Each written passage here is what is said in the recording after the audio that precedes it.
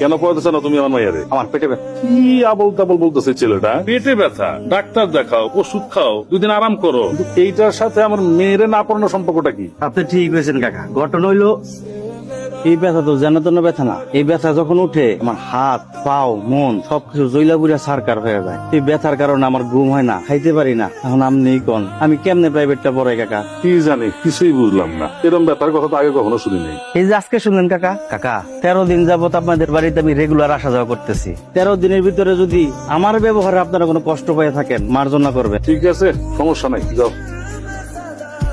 সব তোমার এই মাইয়ের চালাক। গত 6 মাসে এই বাসায় 11 জন মাস্টার আসছে, কিন্তু একজনও 1 মাসে বেশি টিকে না। তোমার মায়ের চালাকি বদমাইশি করে সবগুলো আমি দেখছি। বা আমার কি দোষ? আমার তো পড়ালেখা করতে ভালো লাগে না। টাকা আমার দিকে। কি হলো, কথা কানা যায় না? টাকা আমার দিকে। পরপর 3 বার তুই ইন্টারমিডিয়েট ফেল করছিস। পাসটা করবো তোর আমি ছাড়তেছি। এবার আমি এমন এক পোলার সন্ধান পাইছি যে শুধু পেটে ভাতে তোরে পড়ে। সেইখানে থাকবো, খাইবো, আর কোনো ঠিকানা নাই, কোনো কিছু জানো না। আমি ওর খবর পাঠাই দিচ্ছি, কালকে সকালে সে চলে যাবে। ওই গো ঋতুর মা, আরে তাড়াতাড়ি আসো, মেহমান আসছে। কে আসছে? আরে ঋতুর নতুন মাস্টার।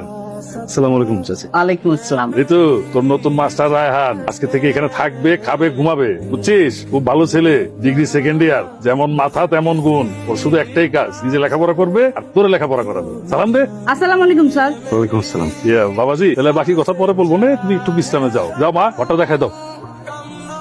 বুঝলা ঋতুর মা, আমার মা এবার পাস দিবই দিব। তোমার মাইয়ার কাছে টিকতে পারলে হয়। ও সরি সরি এটা কোন ধরনের ফাইল আমি? স্যার আমি হয়েছে কি ছোটবেলা থেকে কান খুঁজছেন অভ্যাস তো, কিন্তু এত বোঝাই কানে কিন্তু ময়লা বেরো না স্যার। আপনি নিশ্চিন্তে খেতে পারেন, খান ভাড়া দিতেছি ভালো। আমাকে নিয়ে আপনার তো চিন্তা করতে হবে না, আপনি তাড়াতাড়ি লেখেন। এ হেরে চায়ের মধ্যে তো থুতু দিছিলাম মনে হয়, মানে আমি মনে করছিলাম আমার কাপ, এটা মনে করে একটু থুতু দিছিলাম। অবশ্য আমার থুতুতে কিন্তু কোনো জীবাণু নাই স্যার, আপনি জীবাণু মুক্ত চা খান, খান খান খান। আরে সেটি পানি জলের মধ্যে টিকটিকে পড়ছিল।